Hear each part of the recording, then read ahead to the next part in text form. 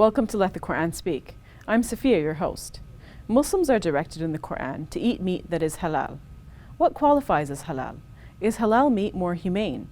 What makes it better or worse than meat from the factory and slaughterhouse? Are today's halal meat operations consistent with our religious teachings concerning animal welfare?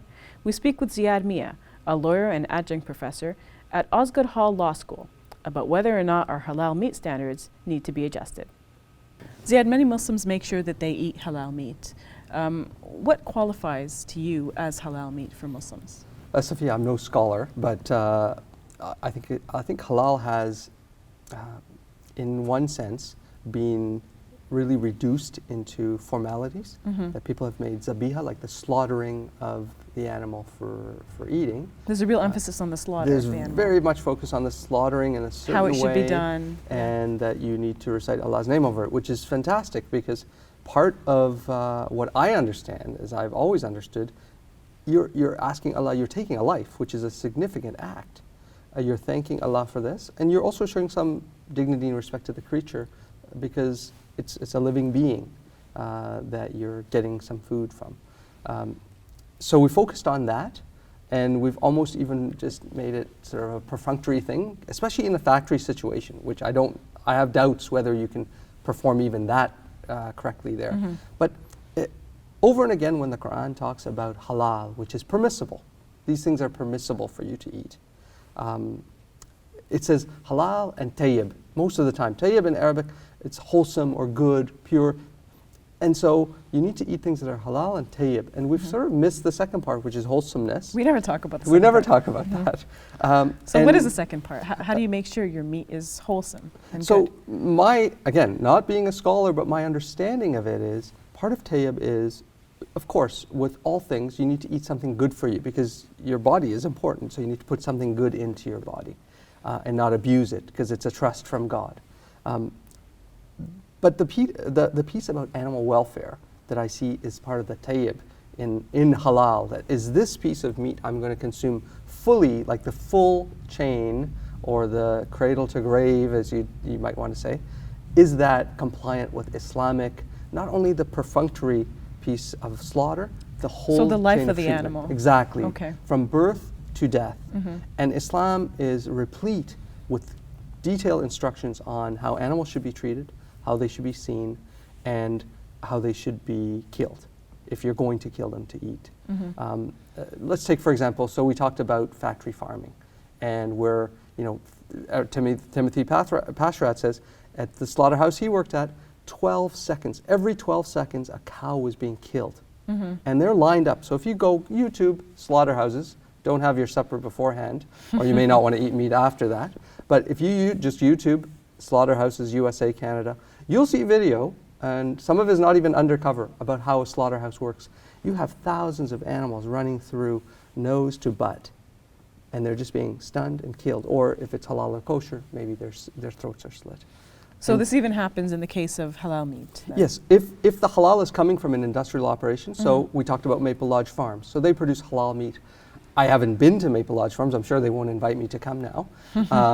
But I'm sure they don't have like a separate area. I'm sure the chickens that come in that are then halal slaughtered at Maple Lodge Farms are the same chickens that came most likely from the factory farm, from the spent hens or whatnot.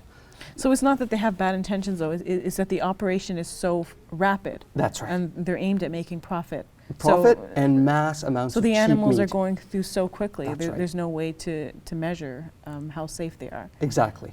So the treatment of animals as they live, there's this thing called the 5 freedoms, that came out of the UK.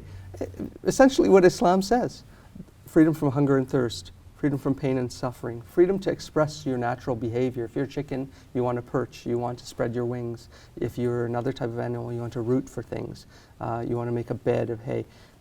We deny creatures all of these natural inclinations, what is that is their natural nature, their fitra, if you'd say, what God had given them to be. We're denying it to them in these massive operations, because these feedlots have thousands of animals. They're not roaming the range, although the packaging may show you that. It's misleading.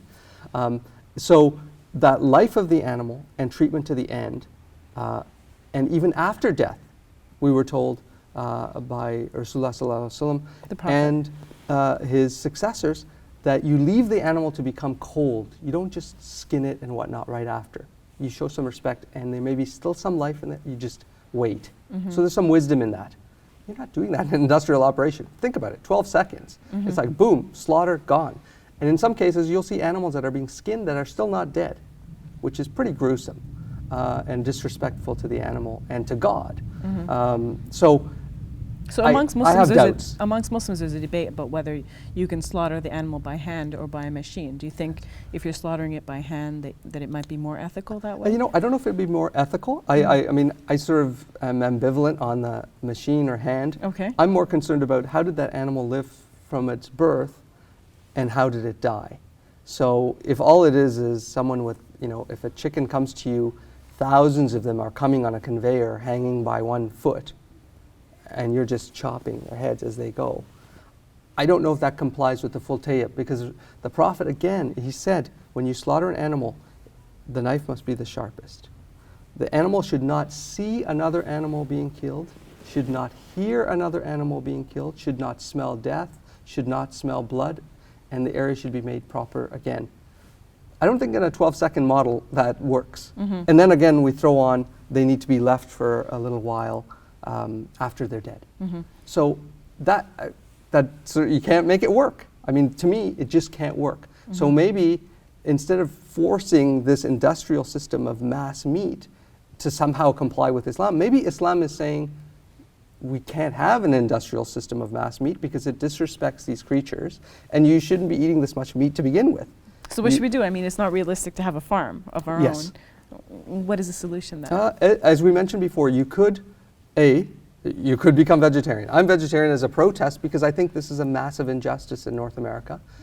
There's some debate amongst Muslims about whether you can refuse meat, whether you can become a vegetarian. So You know, maybe you can talk everything about I've that. seen is meat that is halal and tayyib is permissible to you, but you can refuse things. I mean, if you don't like broccoli, broccoli is purely fantastically halal, and it's good for you. But you don't like broccoli, you don't have to have it. I like meat. I mean, if I smell my chicken kebab, I want to have that. But, you know, Muslims are also agents of social justice. So I see an injustice. What's my response? I don't want to have any part to do with that. So my hands are clean because my accountability to my Creator will be, hey, these creatures were suffering. What did you do? And I want to say, well, the least I did is I didn't participate in it.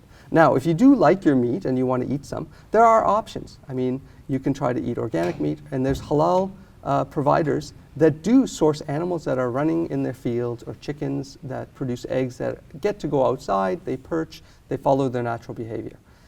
It costs more, of course, because it takes a lot more to do that, because you're not getting your $1 chicken burger thing. Of course, yeah. But again, if you remodel your eating to be mostly vegetarian, Michael Pollan, the famous author on eating and food, says, eat less, which is again an Islamic wisdom, mostly plants. So he's basically suggesting that. If we look back at the first generation of Islam, the Prophet didn't eat much meat, even though because he didn't have a lot of meat, right? he didn't have a lot of meat. But if you think about it, it's a desert environment. There's probably a lot of meat there, but he didn't eat a lot of meat. So I think meat has become something that it's unnatural. And you know, we can talk about Islamic concepts of environmental justice and mizan, the setting of the balance that the Creator God says, I set a balance in the universe. Don't upset it. I think this book, In Meat We Trust, if you read that, you see that the United States and now the rest of the world as we follow them has upset that balance when it comes to treating animals. So we do a massive injustice to hundreds of billions of creatures.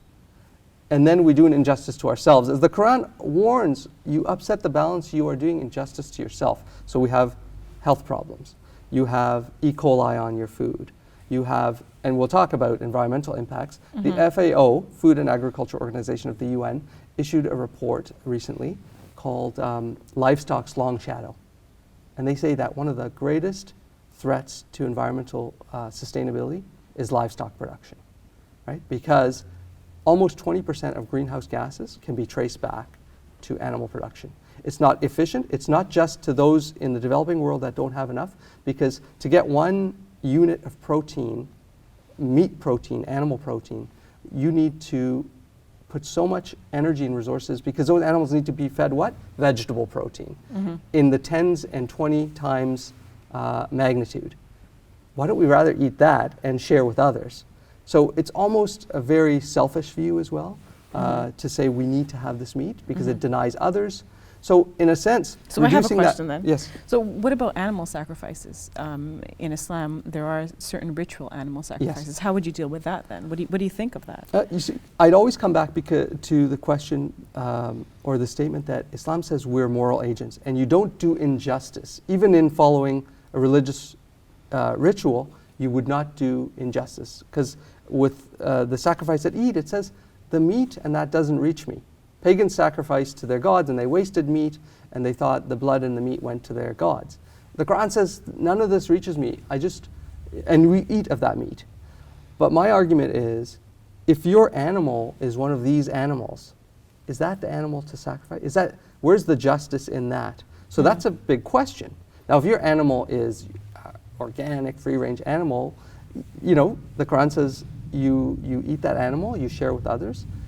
I'd say that's compliant. I don't know if sacrificing an animal and then causing massive injustice is the right answer.